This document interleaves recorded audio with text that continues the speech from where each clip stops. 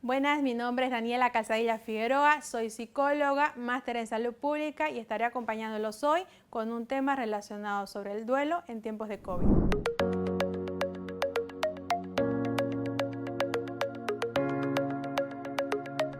Sabemos que estamos atravesando por una situación muy complicada, muy difícil, donde hemos tenido lamentablemente la pérdida de muchas personas. Entonces, dentro de todo lo que la pandemia ha traído consigo, estamos también atravesando por situaciones de duelo, por familias que están atravesando la pérdida y que están viviendo la pérdida de un ser querido, de varios seres queridos, y que están viviendo toda esta etapa y que por la cual nosotros tenemos que poder aportar y ayudarles para que aprendan un poco a distinguir y a identificar cuándo esta situación se va a tornar complicada y van a necesitar de un apoyo extra. Entonces vamos a ir viendo un poco acerca de lo que es el duelo. El duelo es todo un proceso doloroso por el cual las personas van a atravesar ante la pérdida de un ser querido, ante la pérdida de un trabajo, ante una ruptura amorosa, pero en este momento lo vamos a direccionar ante la pérdida de un ser querido, gracias o bueno, que viene consigo por el COVID, ¿no?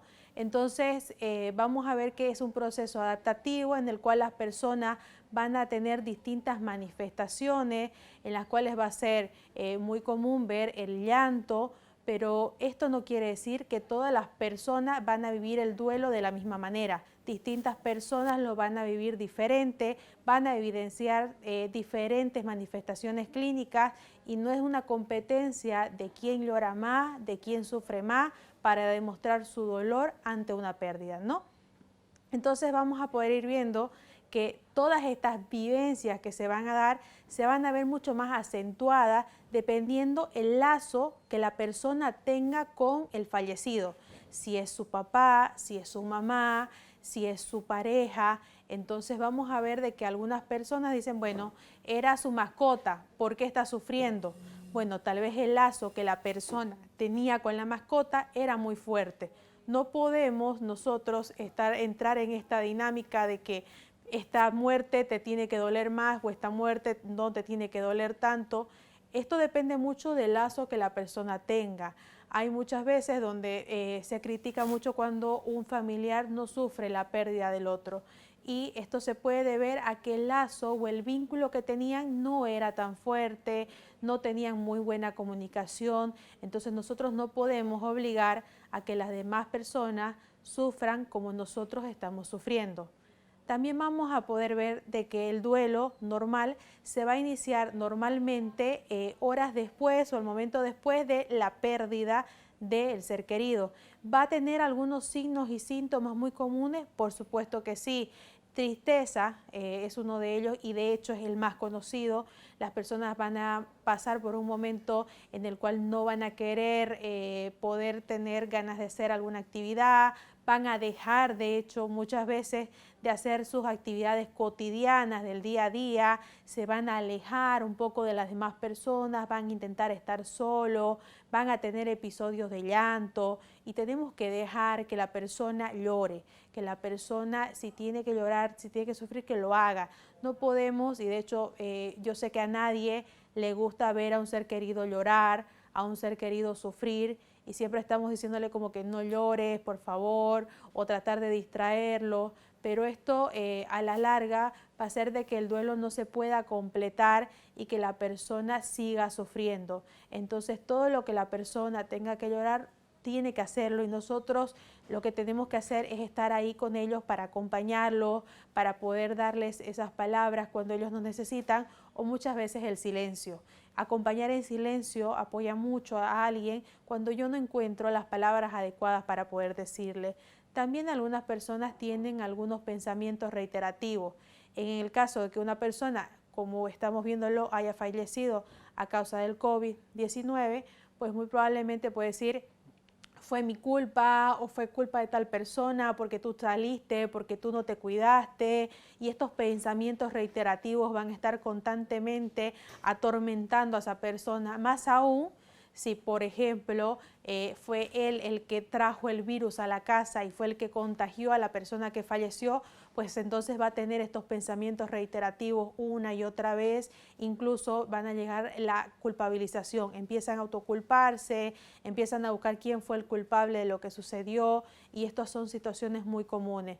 También se presentan algunas situaciones de insomnio, las personas no pueden dormir o a veces duermen y en la madrugada ya se despiertan, hay una pérdida de interés en hacer las actividades cotidianas, en ir al trabajo, el salir con los amigos, no quieren contestarte alguna llamada, algún mensaje y los sentimientos de culpa.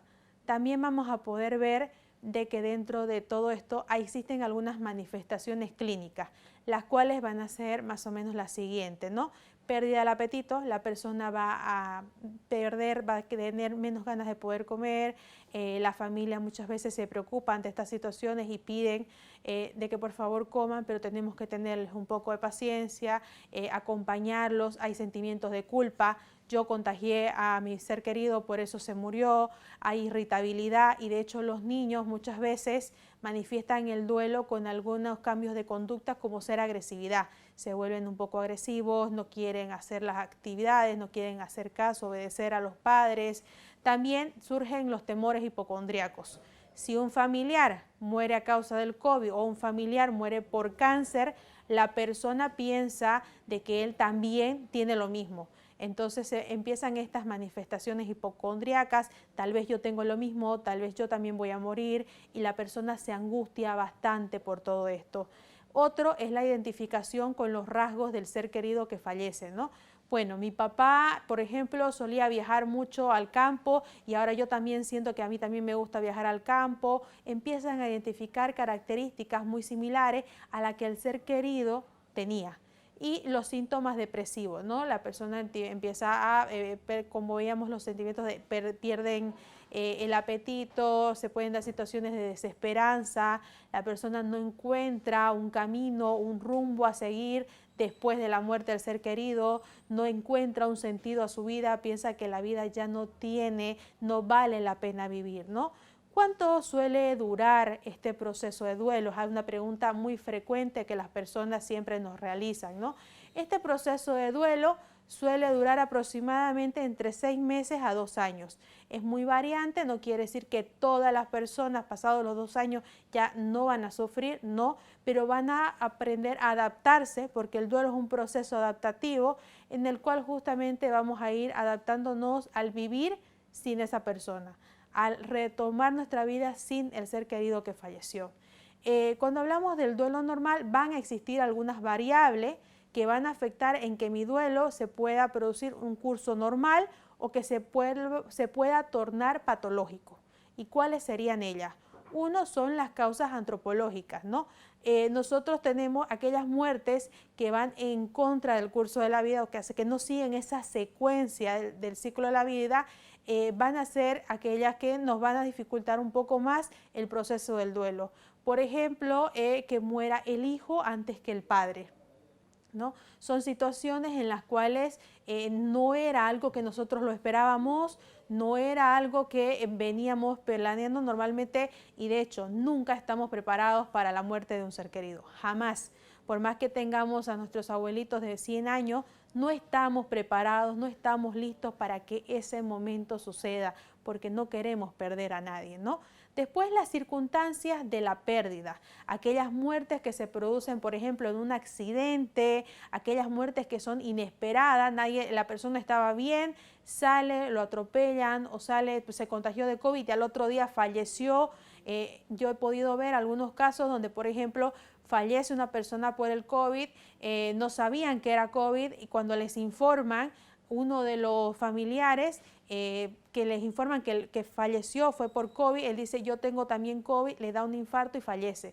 Entonces son muertes que nosotros no estamos preparados, que no las esperábamos y las circunstancias, si es por ejemplo en un accidente vehicular, si es en un accidente natural, si es por ejemplo en algún terremoto, en alguna causa así, siempre la circunstancia va a afectar en el curso del duelo que yo pueda tomar. También las causas psicosociales, ¿no? El vínculo que yo tenía con la persona, cuál era mi relación, cómo vivíamos, si tal vez existían algunos conflictos que no estaban resueltos. Todo esto va a influir, y a nivel interpersonal también, ¿no? Va a influir mucho el ambiente donde la persona se desarrolla, cómo fue la vida de aquella persona que falleció, que la perdimos. Entonces, todas estas condiciones influyen. Las fases del duelo normal, vamos a ir viendo alguna de ellas. Por ejemplo, tenemos la fase inmediata o la fase de shock. Es aquella que se va a producir desde horas hasta algunas semanas después de la muerte del ser querido.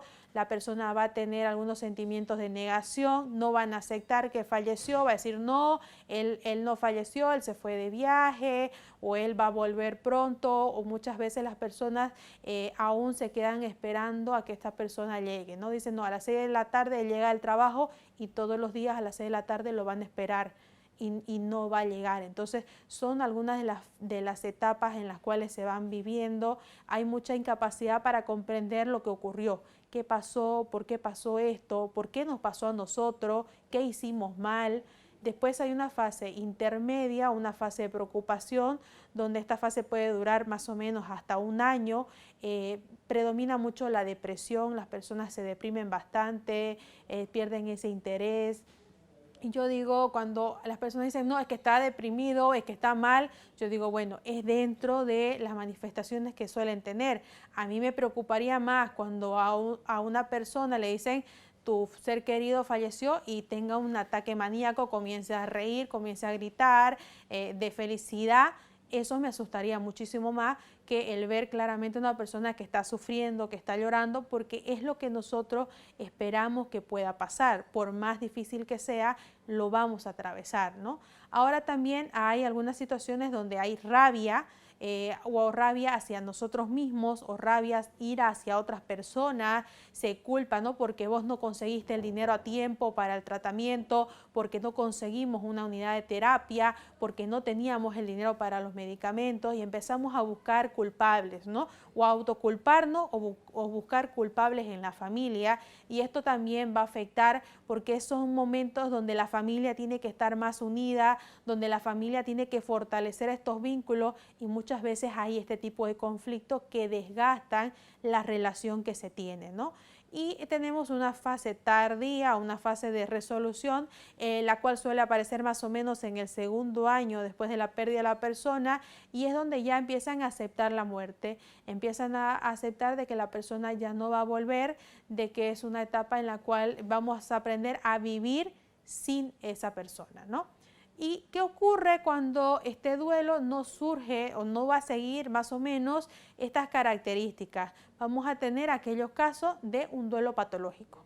Y los duelos patológicos es cuando se fracasa en este proceso de adaptación, donde no podemos pasar por esta adaptación, y empezamos a tener algunas manifestaciones que nos llevan hacia un duelo patológico, ¿no? Tampoco tenemos un tiempo determinado de cuánto va a durar, o yo decir, después de los 2 años, si no se concluye todo esto, duelo patológico. No es así.